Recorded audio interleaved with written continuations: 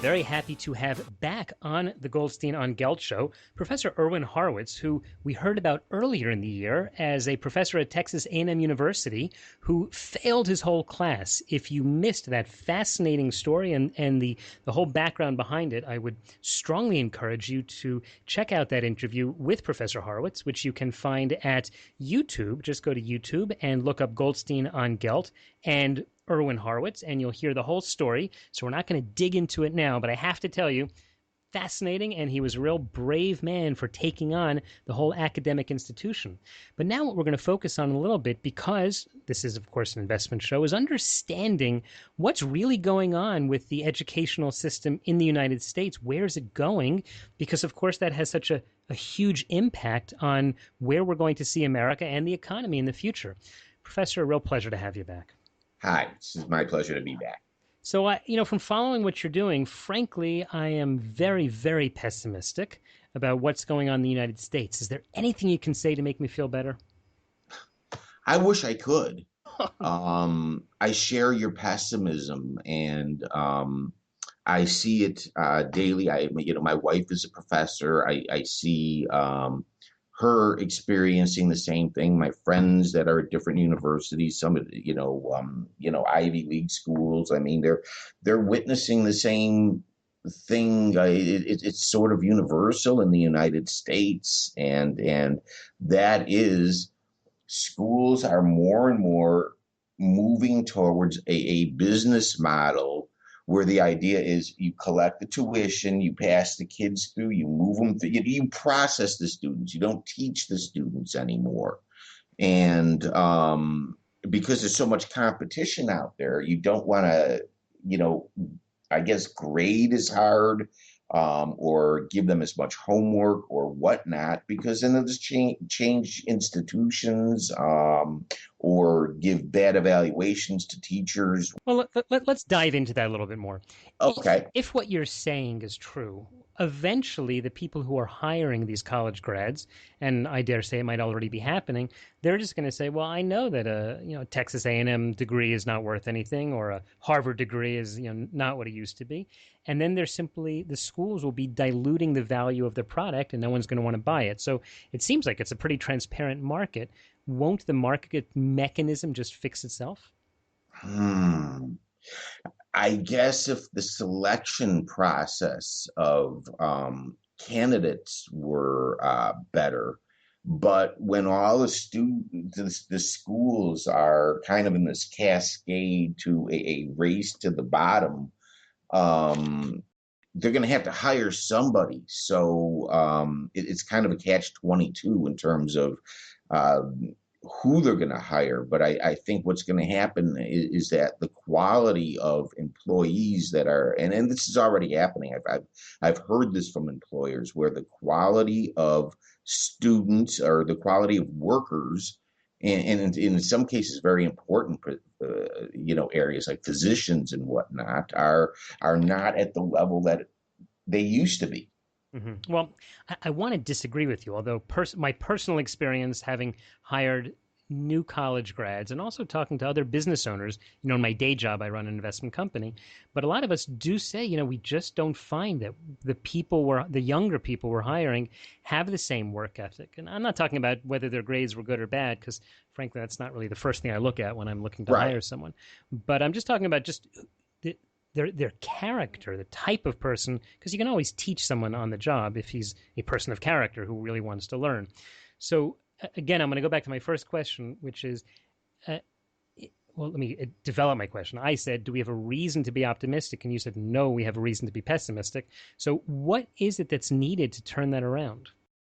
Well, I wish there was one easy solution to turn it around. I mean, first of all, you do need to enforce higher standards. And if that means failing the class like I did, then you fail a class. So sorry, let's. I don't want to let you get away with anything when you're saying you have to. So are you talking about the universities have to, or do you think this is something that should be coming from a higher source, like the government or the agencies that actually accredit the schools? Should they be setting higher standards?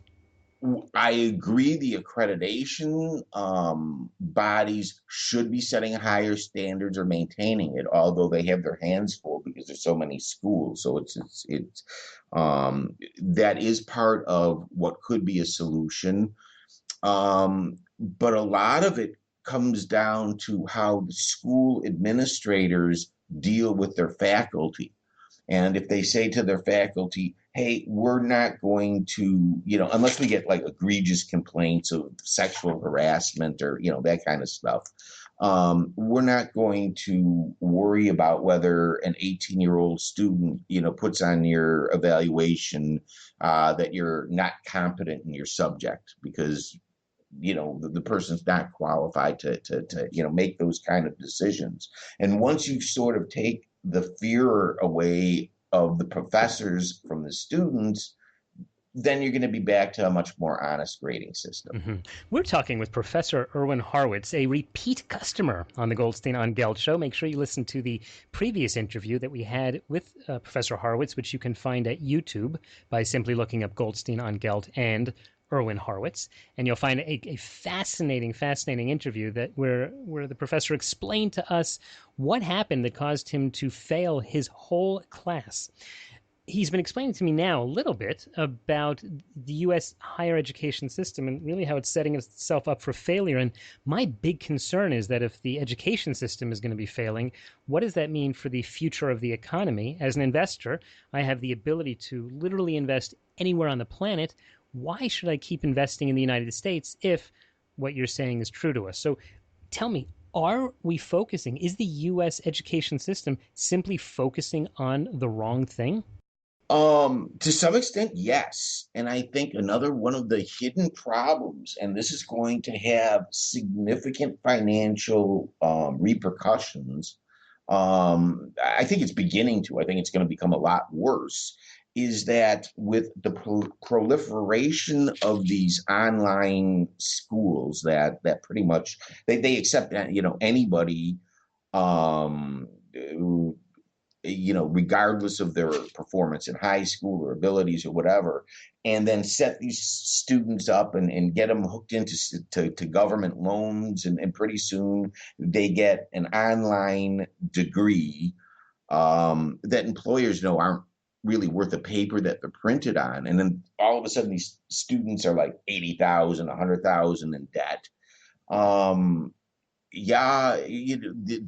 What you've certainly heard of in terms of the student loan bubble is going to double or triple. I mean, the statistics that I've seen on this are really scary. So I think that that in of itself is going to create a significant financial problem eventually within the educational system in the United States, let alone the legitimate schools that have to compete with the online one. So let's talk about a very practical issue, which I'm sure is something you think about on a regular basis, and maybe even talk about it with your wife.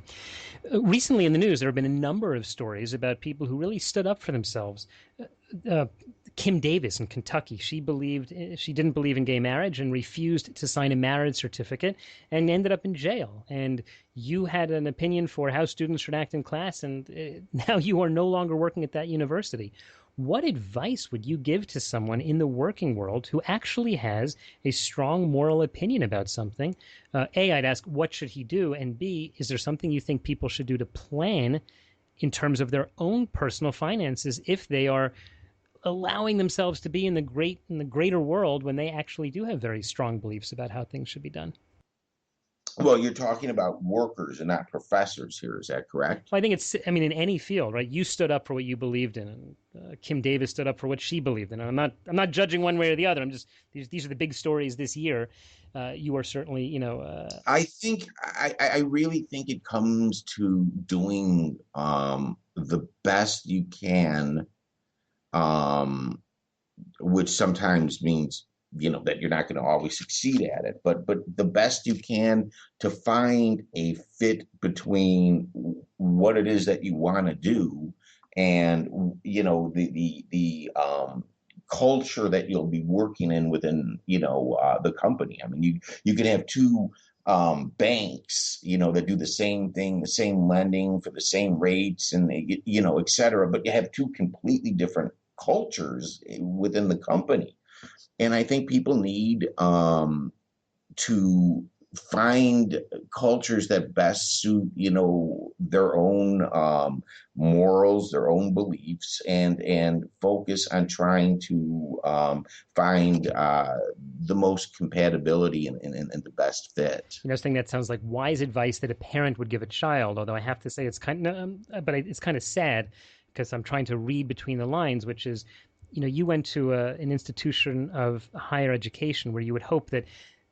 the respect for the professor and the thinking would be paramount, and yet you're coming, months later, you're coming and advising people, just make sure you position yourself in a place where you're going to be comfortable, which frankly I would tell my kid that if I didn't want him to to get fired. As a financial advisor, I always tell people, make sure you have 3 or 6 or 9 or 12 months worth of savings in an emergency fund just in case something happens. And you're an example of how when someone is strong in his beliefs and stands up for what's right, he can really be put in a terrible situation. Irwin, unfortunately, I actually have a number of more questions, which we're going to have to take up next time, but we're just about out of time now. I know you'd mentioned that you may be thinking about writing a book or going into other areas. What can we be looking forward to from you in the future? Well, right now I am writing a book, and the book really, it's more than just my own experience, but it begins with my own experience, and a lot of letters that I received from other academics that happened at the time. But really, I'm going to be going into a lot of what we were just talking about, of what I see to be happening with regards to the decline of the American education system and the growing intimidation of the professors and the academic freedom that they're allowed to express in class without worry about being harassed by the students and or by the administration that is perpetuating the system. All right, so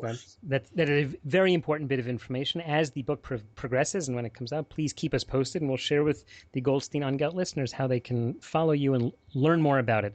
Professor Irwin Horwitz, thanks so much for your time. Thank you very much, Mr. Goldstein. It's been a pleasure.